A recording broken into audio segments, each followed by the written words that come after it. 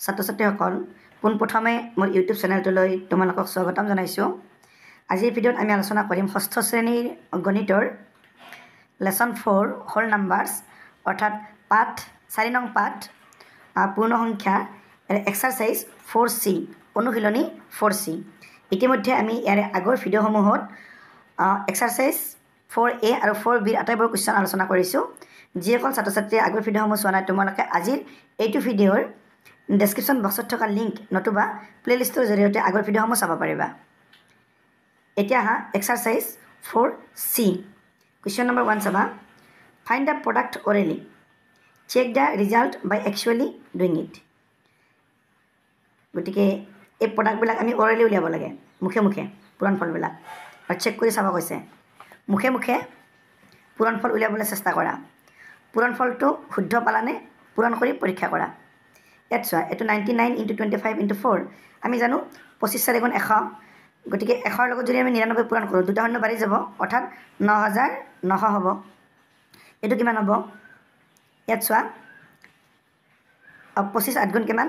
200। 200ৰ লগত 5 পূৰণ কৰিলে 1000, বা এনেকৈ যদি কৰা 5 8 গুণ 40। গতিকে 25ৰ লগত 4 পূৰণ কৰিলে 100 হয়। 100ৰ সফলে আৰু এটা শূন্য থাকি গ'ল, গতিকে 1000 হ'ব। এইটো চাবা, 4 পূৰণ 45 পূৰণ 50। ইয়াত 4 আৰু 50 যদি আমি পূৰণ কৰোঁ তেতিয়াহ'লে আমি কিমান পাম? 200 পাম। এই 200ৰ লগত 45 পূৰণ কৰিলে কি হ'ব? 245ৰ লগত তুমি 2 পূৰণ কৰা 90। 90ৰ লগত এইপিনে আকৌ দুটা শূন্য আছে, গতিকে 9000 হ'ব। এইটো ব'লাচোন আমি বহীত পাতি লওঁ। আমি মুখে মুখে কৰিলোঁ হয়নে? এতিয়া আমি পূৰণ কৰি চাওঁ। চাবা, এইটো 99টো আমি এনেকৈ ৰাখিলোঁ। 25 আৰু 4 পূৰণ কৰিম, 25 4 × 100 হয়, মানে এই দুটা পূৰণ কৰিছোঁ। তেতিয়াহ'লে 99ৰ লগত দুটা শূন্য বাঢ়ি যাব, 9900। এইটো কিমান হ'ব?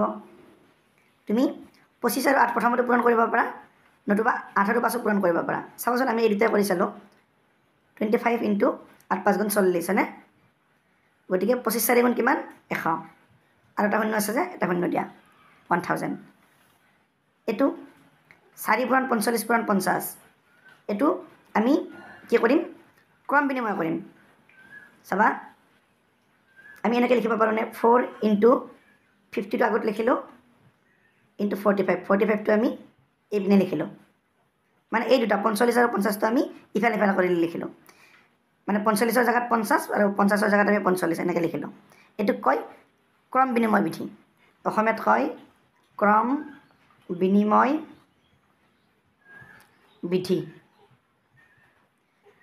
আৰু ইংলিছত কয় কমিউটেটিভ ল, বা চমুকৈ লিখিলে কমিউটেটিভিটি। এতিয়া চাবা, এনেকৈ থাকিলে আকৌ এইবাৰ আমি সহযোগ বিধিত মতে আমি কৰিব পাৰোঁ। 4 আৰু 50 আমি একেলগে এইবাৰ লিখিম। 4 পূৰণ 50, 4 × 50 × 45। এইটোক কয় সহযোগ বিধি। মানে 50 আৰু 45 পূৰণ হৈ আছিল, তাৰপাছত 4 পূৰণ, গতিকে 4 আৰু 50 এনেকৈ আমি লিখিব পাৰোঁ। এইটো পূৰণৰ সহযোগ বিধি পূৰ্ণ সংখ্যাৰ ক্ষেত্ৰত। গতিকে এইটোক আমি কি বুলি লিখিব পাৰিম? এইটো হ'ল সহযোগ বিধি।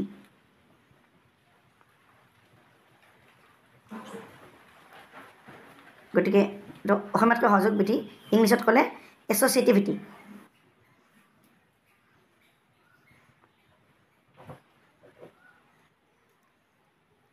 এতিয়া 4ৰ লগত 50 পূৰণ কৰিলে কিমান হ'ব? 200 পূৰণ 45। গতিকে 45 আৰু 2 পূৰণ কৰিলে 90, তাৰ লগত দুটা শূন্য দিয়া, এইটো গতিকে 9000। গতিকে আমি কি কৈছিলোঁ? আমি যেতিয়া মুখে মুখে কৰিছিলোঁ তেতিয়া আমাৰ এইখিনি পাইছিলোঁ হয়নে? 9900 পাইছিলোঁ, এটা পাইছিলোঁ 1000, এটা পাইছিলোঁ এইটো 9000। Question number 2, fill in the blank spaces with appropriate number. এই খালী জেগাবিলাকত আমি এপ্ৰপ্ৰিয়েট নাম্বাৰেৰে পূৰাব লাগে। খালী ঠাইত উপযুক্ত সংখ্যা বহুৱা। কি হ'ব? 2 × 5 + 7 হ'ল ইকুৱেল টু 2 × ইয়াত কি হ'ব? প্লাছ 2 × ইয়াত কি হ'ব? ডেছৰ জেগাত কি হ'ব? চাবা, এইটোক কয় বিতৰণ বিধি। অসমীয়াত কয় বিতৰণ বিধি, যোগ সাপেক্ষে পূৰণৰ বিতৰণ বিধি। তুমি যিকোনো 3টা নাম্বাৰ এনেকৈ যদি লোৱা, ধৰা ইয়াত 2 ল'লা, 2 × 5 + 3, তেতিয়াহ'লে কি হয়? আমি বিতৰণ বিধিমতে কৰিব পাৰোঁ বা ডিষ্ট্ৰিবিউটিভ ল মতে আমি কৰিব পাৰোঁ এনেকৈ তাৰ 2 লগত 5 পূৰণ হৈছে 2 পূৰণ 5 এই যোগ 2 লগত 3 পূৰণ হৈছে 2 পূৰণ 3 2 5 গুণ 10 যোগ 2 3 গুণ 6 10 6 16 বা তুমি ডাইৰেক্ট পূৰণ কৰি যদি চোৱা প্ৰথমতে ব্ৰেকেটৰ কাম কৰিব লাগে 5 3 8 8 2 গুণ 16 আনসাৰটো 16 পাবা এইটোক কয় বিতৰণ বিধি বা ইংলিছত কয় ডিষ্ট্ৰিবিউটিভ ল ইয়াত চোৱা 2 লগত প্ৰথমতে 5 পূৰণ কৰিছে 2 পূৰণ এটা 5 বিতৰণ বিধি মতে যোগ সাপেক্ষে পূৰণৰ বিতৰণ বিধি গতিকে এইটো হ'ব 2 পূৰণ 7 এইটো 3 পূৰণ 6 যোগ 8 আছে হ'ল গতিকে এইটো হ'ব 3 ইনটু এইবাৰ প্ৰথমতে 6 হ'ব প্লাছ 3 ইনটু 8 হ'ব 3 ইনটু 8 এইটো কি হ'ব ইয়াত ডেজ ইনটু 3 প্লাছ 10 হ'ল ইকুৱেল টু 2 আছে যেহেতু ইয়াতে গতিকে এইটো 2 হ'ব গতিকে 2 ইনটু এইটো 3 হ'ব 3 এটা গ'ল প্লাছ এই প্লাছটো 2 ইনটু 10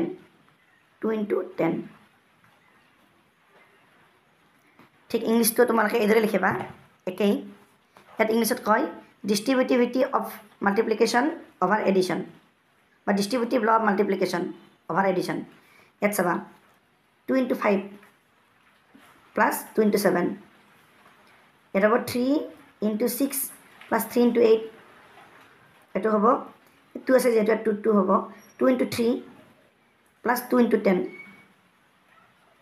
2 ইনটু 3 প্লাছ 2 ইনটু 10 এতিয়া কুৱেশ্যন নম্বৰ 3 চাবা ভেৰিফাই দ্য এছ'চিয়েটিভ প্ৰপাৰ্টি মানে হৈছে সহযোগ বিধি of addition for the numbers 2 3 4 2 3 আৰু 4 সংখ্যাকেইটা ব্যৱহাৰ কৰি যোগৰ সহযোগ বিধি খটুৱাই পৰীক্ষা কৰা সহযোগ বিধিটো এনেকুৱা চাবা তুমি 3টা নাম্বাৰ ল'লা এই 3টা নাম্বাৰ ল'লা যেনিবা 2 5 3 চাবা এইটো হ'ল যোগৰ আমাক কৈছে যোগৰ 2 যোগ 5 যোগ 3 যোগৰ সহযোগ বিধিটো এনেকুৱা প্ৰথমতে ধৰা আমি 2 আৰু 5 যোগ কৰিলোঁ 2 যোগ 5 যোগ 3 প্ৰথমতে এই দুটা যোগ কৰিম তাৰপিছত 3টো যোগ কৰিম মানে যিটো নাম্বাৰ পাওঁ আৰু এই নাম্বাৰটোৰ লগত একে হ'ব লাগিব 2 যোগ 5 যোগ 3 এইটো যোগ কৰিলে যিমান পাম এইটো যোগ কৰিলে আমি সিমান পাম ইয়াত প্ৰথমতে 2 আৰু 5 যোগ কৰিছে তাৰপিছত 3 যোগ কৰিছে এইটোত প্ৰথমতে 5 আৰু 3 যোগ কৰিছে তাৰপিছত 2 যোগ কৰিছে গতিকে আমি যোগ কৰিলে আমি ফলাফল মানে একে পাম এইটোকে কয় যোগৰ সহযোগ বিধি 2 পাছে 7 যোগ 3 গতিকে কিমান হ'ল 7 3 10 ইয়াত আমি 10 পালোঁ ইয়াত কিমান পাম 2 যোগ 5 আৰু 3 যোগ কৰিলে 8 2 8 10 এইটো 10 পালোঁ এইটো 10 পালোঁ তাৰমানে এইখিনি সমান এইখিনি সমান এইখিনি এইটোকে কয় সহযোগ বিধি যোগৰ সহযোগ বিধি পূৰ্ণ সংখ্যাৰ ক্ষেত্ৰত এতিয়া চাবা আমাক কুৱেশ্যনত কি কৈছিলে 2 3 আৰু 4 সংখ্যাকেইটা ব্যৱহাৰ কৰি যোগৰ সহযোগ বিধি খটুৱাই পৰীক্ষা কৰা এবাৰ আমি কি কৰিম 2 আৰু 3 প্ৰথমতে যোগ কৰিম তাৰপাছত ইয়াৰ লগত 4 যোগ কৰিম একবাৰ 3 আৰু 4 প্ৰথমতে যোগ কৰিম তাৰপাছত ইয়াৰ লগত 2 যোগ কৰিম দুটা কিমান হয় চাবা 2 3 5 5 যোগ 4 কিমান পালোঁ 9 পালোঁ ইয়াত 2 যোগ প্ৰথমতে 3 আৰু 4 যোগ কৰিম 7 সমান কিমান পাম 2 7 9 এইটো 9 পালোঁ এইটো 9 পালোঁ তাৰমানে এনেকৈ কৰিলে আমি যিটো পাম ৰিজাল্ট এনেকৈ কৰিলে সেইটো ৰিজাল্টে পাম গতিকে therefore 2 + 3 হোল + 4 ইকুৱেল টু এইটো 2 + 3 + 4 হোল গতিকে এই নাম্বাৰকেইটা যোগৰ সহযোগ বিধি মানি চলে ভেৰিফাইড ছাত্ৰ ছাত্ৰীসকল এতিয়া